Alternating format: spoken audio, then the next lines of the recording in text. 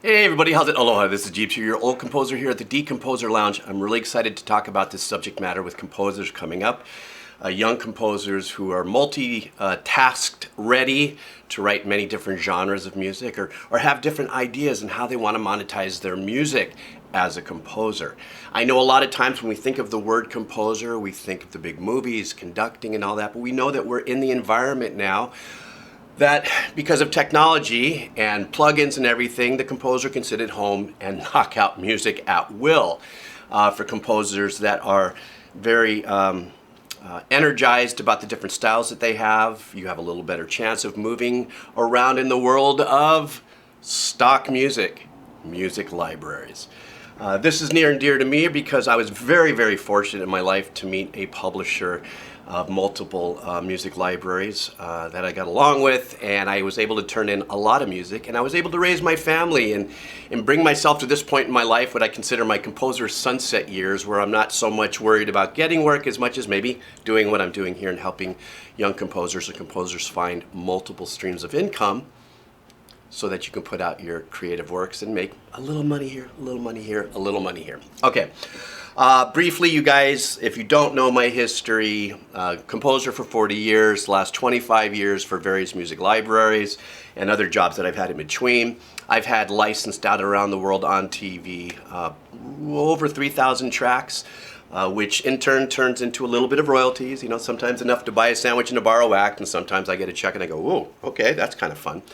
I also come from I don't know if this exists that much anymore, but I also come from an older environment of the music library where you get paid to write music and then they put it in their library. However, you do sacrifice something for getting paid. And that's going to be, in my case, I sold my publishing to the publisher in return for being paid to write music that he would order. Okay, I'm not going to get into publishing and writers and stuff like that. You guys need to do your homework on that. Maybe if there's enough comments and questions, I'll circle back to it. But that's what I gave to the publisher in order to earn money up front. And then hopefully the slot machine it goes into the library, and if it ends up on somebody's production that was aired on TV, then my professional rights organization, which is ASCAP, would hopefully pay me some money. They'd find it, see it in their surveys, money. Today's day and age, there is a saturation of online stock music companies. I'm actually kind of having a little fun venturing back into it a little bit. I've opened up 2 online companies, of which both got bought out as soon as I did, within 5-6 weeks. One was in 2008. It was called Dollar Tracks. And people were like, what are you talking about? What is this? What is this? What is this? And I built it on an old like front page HTML website, did my own all kinds of fun stuff, and I was selling music for $5 to $25 per pull, depending on the use and the region and the licensing and blah blah blah blah blah. Well, publisher came in and said, no you don't, and bought that off of me, which was great. A couple years worth of money. I was just sitting there going, hey, I'm going surfing. And then recently, about 7 or 8 years ago, I opened up a niche, whatever, music library called the Ukulele Music Library, which was also purchased. But there are some remnants of that on SoundCloud, I think. So if you go look up the Ukulele Music Library on SoundCloud, you'll find some, and you'll hear my little granddaughter, my young granddaughter with the sound stamp going, the Ukulele Music Library.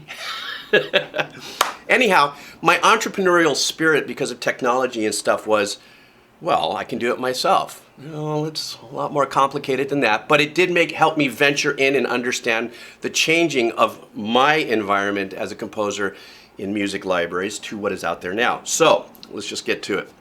Every composer's brass ring, I think, is to do film and TV and everything.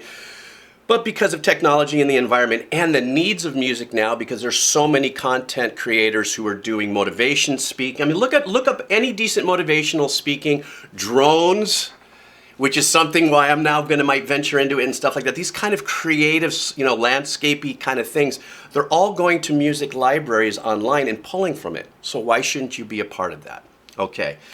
So if you feel confident in your compositions and you want to venture into this, the first thing I suggest that you do is look up online music libraries. Stock music is the bigger tagged keyword nowadays. And first here, what's out there? What do they offer the end user, which is the media creator, the guy who's looking for music? The beats per minute, the soundscapes, is it atmospheric, is it heavy metal, is it heavy synth and stuff? Look and understand what it is that the online stock music companies are putting out to the end users, so that they can potentially be attracted into either license out a song or maybe even license out a bundle, or nowadays, excuse me, go for an annual subscription. I think I went to a website called Soundline, and they're doing just like what everybody else does now recently in our industry, which is, well, for a month you can do this, but if you buy it for this much for the year, you get full access to A, B, and C. Okay, first see if that's something that you want to get into. The creation of music library tracks is pretty different than, let's just say, you do an instrumental. If you write an instrumental, you got to take the lead off, generally, and you would submit your basic tracks. This is why I think if you're a songwriter as well and you have basic tracks and some nice strumming and just some really super cool ambient or whatever these tracks are, removing the vocals or removing the lead, this is the kind of music that a lot of, not all, but a lot of content creators want, right? Nothing that's going to take over what it is they're placing the music for. They need the bedding. They want the background. Look, like I said, once again, look up motivational speakers that have music behind it. A lot of drone footage and stuff that's just, flowing in the background, but you have music behind, or the music that drone producers use in order to promote their businesses, okay? One of the most unique situations now that's happening is that there is, like I said, an onslaught of these online stock music or music libraries. So the positioning and money and how much you might make if you contribute your music to a company, I think isn't as rich and robust, obviously, if you start your own as a potential.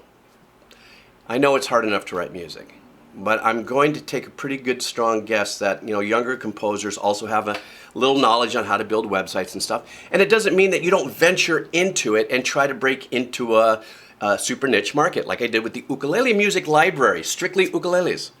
So my title tags and everything had to do with, Hawaii music, ukulele music, Hawaiian style music, and all that sort of stuff. And it brought in the business that it did until it was bought out. That's going to take a little more out of you, obviously, to build your own websites, but there's actually templates out there that are kind of suited for this, that are ready, that have modules for downloadable and attached to, merchant accounts and carts and stuff like that. It's digital sales. The thing is that how do you you look at your competition of other stock music or whatever and see what they have, see if there's a hole somewhere that you can fill. Otherwise, if you can just put, here's my 80s style rock music, you can submit that to the music libraries, but if you're going to open a library based on that, there's going to be some pretty heavy competition going there. Another thing, if you're considering getting into this, is to submit some of your music to that and to these companies and see what the response is. You can learn from that process. It was really funny. I submitted some of my music about 10 years ago to a company, and it was sent back that the sound quality wasn't good enough. It does not sound, up to our professional qualities. And I'm like, okay. For me, I wasn't butthurt about it, but I was like, all right, well, that was either an automated response or something, or I guess maybe I just sucked as an old guy mixing that out. I don't know. But if you submit some of your music to these companies and you get some of that feedback, you could see whether or not you fit the business model of getting your music into, stock libraries. And then, of course, earlier I mentioned you opening up your own library. Like, for instance, I was thinking if, let's say, a composer that has 50 melodic death metal tracks, progressive melodic death metal tracks. I'm just using that as an example. It's sitting somewhere.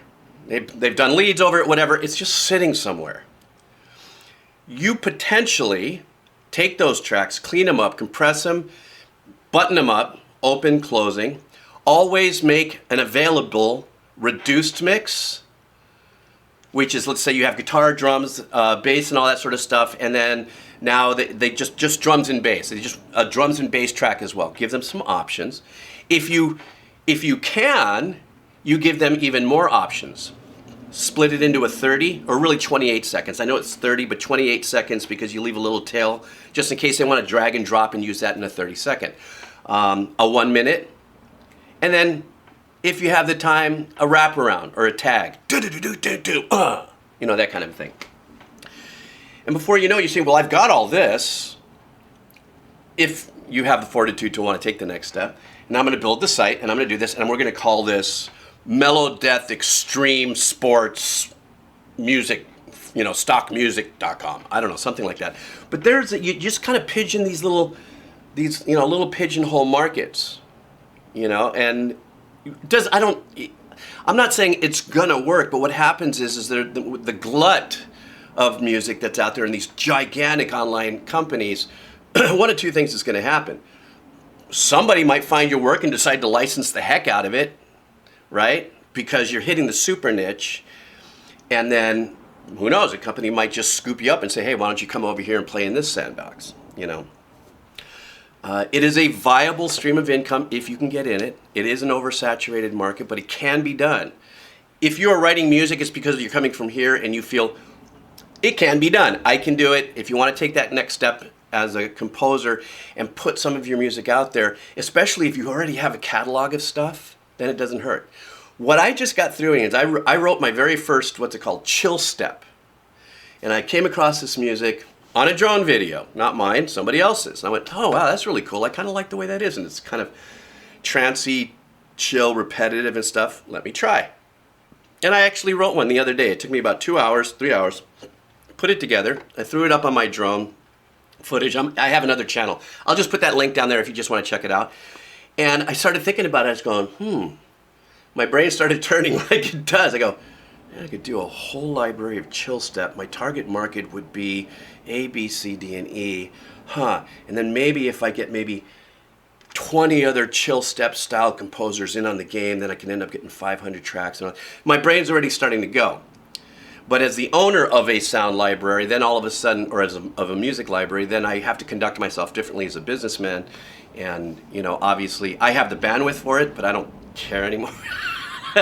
I just want to surf, and I'm writing my music and having a great time with this channel and having a great time having the opportunity to kind of put it out there now as a teacher or just throw out salad bar thoughts. So if anybody comes through these videos as a composer or they want to be a composer, may get an idea. So the entrepreneurial aspect of you as a composer can go as far as you want to push it. Building websites now are monkey on a rock kind of stuff because of all the templates, the CMS platforms that are out there and easy for you to get it. There is going to be a learning curve if you haven't done it before, but it doesn't hurt. But remember, think of the target market that you want to hit if you decide to do that. If you decide that you want to submit music to music libraries or stock music online companies and stuff like that, investigate those companies in the sense of what are they selling, how are they selling it, can you meet what you think are the requirements there? Then look somewhere on the website for submit your music if they allow that. Go through that process. And the single most important thing to understand, please, when it gets to the licensing terms of service on these websites, read that, okay? You really need to truly be 100% secure when you submit music to libraries and stuff that you know what you're doing with your money and how you potentially are going to make money. You know, even look the online company up and for any brand reputation management damage or anything. If composers are complaining and stuff, it doesn't. You know, do your homework. You know, or build your own. You know, that kind of a thing. For myself, as a composer with music libraries, I'm getting less and less work because a lot of you younger composers are doing more and more work and are fantastic. I have to admit, every year that goes by and I listen to stuff that composers are putting out there right now, and I'm talking composers of all kinds. I don't care if it's dubstep or if it's chill step or if it's metal or if it's classical or jazz or fusion. You know, for me, crossing over from the 1900s into the 2000s, the internet has opened the world so fat, so broad and wide to such incredible talent. I feel like, oh shit, I was kind of lucky I got in when I got in, you know. But I'm very proud to be any part that I can in any composer's career to move forward. And this is the primary subject matter that I wanted to bring to you guys. I was building to this, was because I made a life out of this. It wasn't fancy, you know, but it allowed me to live the quality life that I wanted to, and I was able to contribute with my wife, to raise family, and to now I sit on a coconut on the beach next to SpongeBob. You know, he lives in a pineapple under the sea. And this is what I do. I do this channel, still write music for people, I surf and whatever, you know. And so if I can lay any potential thought process, starting of a thought process on how there are other ways for you to monetize your music, you know. The other ways to monetize your music is go ahead and just do your own, like for instance, once again, I'm just gonna bring this up. I don't care if you like the video or even subscribe to that channel, but I bring it up because I use my droning as the environment to lay my music underneath it, which is also, I'm not marketing myself. I was just having fun going, oh, I know what I'll do. I'll do this and I'll kind of make the video kind of blue and weird to match kind of the tone of the track. I don't know if the track is, somebody did leave a really cool comment though, because it sounds, there's some spots that it sound like Aphex. I went, oh shit, that's a compliment. But using your music against, it would be funny if you take stock footage like HD or 4K video and then put together like, you know, landscapes and put your music behind it just to put it out there, you know. But as far as the music library or the stock music option, it's still a very viable option. Please, please, please make sure you read the terms of the service and the licensings of each one of the companies you may consider submitting to. Understand that they are filtering them out really, they're shipping a lot of shit. You know, and they're being very tight, you know, obviously, because there's tons of people submitting music and stuff. So if a company gets, you know, 5,000 submissions in a month, it might take a while to get out there. But, you know, as a composer, when you're sitting here going, how can I try to make some money? You know, this is a very, you know, viable option. And when we talk about music libraries, they say, well, maybe it'll get licensed out in a movie. There's a really good chance it won't, meaning like a director finds your track and wants to use it. It's potential if you submit that to like music supervisor websites or stock music companies that offer single submission process. In other words, a music library that might put out an all points bulletin on the email and saying, hey, this movie is looking for a Spanish themed hip hop track. Submit now. Okay, so these are part of the potentials of some of these stock music companies may offer you, you know. So just look at the stock music library environment as a composer as a potential way to make money. One of the most important things I learned from the guy I've been working for in 25 years is the many different streams of money to pull in with your artwork. Instead of focusing on this, no, try this, try this, try this. And because of him working with me on it, I have been very successful in surviving, staying alive, raising my family off of all the stock music and the stuff that I've written him, or I've done for production bundles for other companies and stuff like that, and with my way of negotiating how much I get, what I do, and however, and whatever. So yeah, I am very pro that. I know I did catch slack about being a library composer in the 90s because there were composers saying, you're taking music work away from people. I go, no, I'm not. These are production companies that don't have enough money to even finish editing their videos. So what they do is they go to a music library. They just want to make sure they don't get sued. And if there's composers that have contributed to music libraries, then it's easier for the directors. I'm not taking a job from another composer. They don't have the money to hire another composer. So, and music libraries are not new. Maybe the business model is well over 50 years old, but the recycling of music from movies for other movies go all the way back to the beginning, I think, and whoever is a historian of music libraries, but they would use, you know, for maybe a movie that doesn't get released here or something or whatever the case is. So, but the business model of music libraries have been around for as long as there's music, or the industry of, media. Yeah, I can see Beethoven going, yeah, you want to license this out? Yeah, it's the fifth. It's Beethoven fifth. Yeah, I'll give you a deal. That didn't. Anyhow, I yammered on. Thank you very much for hanging out and checking out this little composer series I've got going here. And once again, if you want to check out that little chill step thing that I did, That link will be down below. Thank you for your support. You want to buy me a cup of coffee. If you got anything out of this, the way you can support too, if you just leave a comment, even if you don't like what I'm doing, leave a comment. It helps the algorithm. And you can like, share, whatever with the video. But I want nothing but to see every opportunity possible that I can put out there to help any composer that has a dream of just getting their first track licensed on TV or something. It's these little steps that we want to take to get to the next one. For me, when my friend Mark asked me to pull my ASCAP data, I didn't realize it because I just got used to the way things were. But when he said, dude, you got over 3,300 pieces of music that's been licensed out around the world, and I've been like, shit, okay. I guess I legitimately have something to talk about, you know? But also that is with the hard work of the publisher and the music library. And it takes the two, okay? So, which I'm extremely grateful for. And even though I don't work necessarily for this publisher as much as I used to, he's become a good friend of mine. And we're gonna probably fade off on the beach or somewhere drinking whiskey out of a mason jar, going, "Hey, we remember this?" So I was very fortunate enough to make a solid friendship with him. But so that's my story. I'm sticking to it.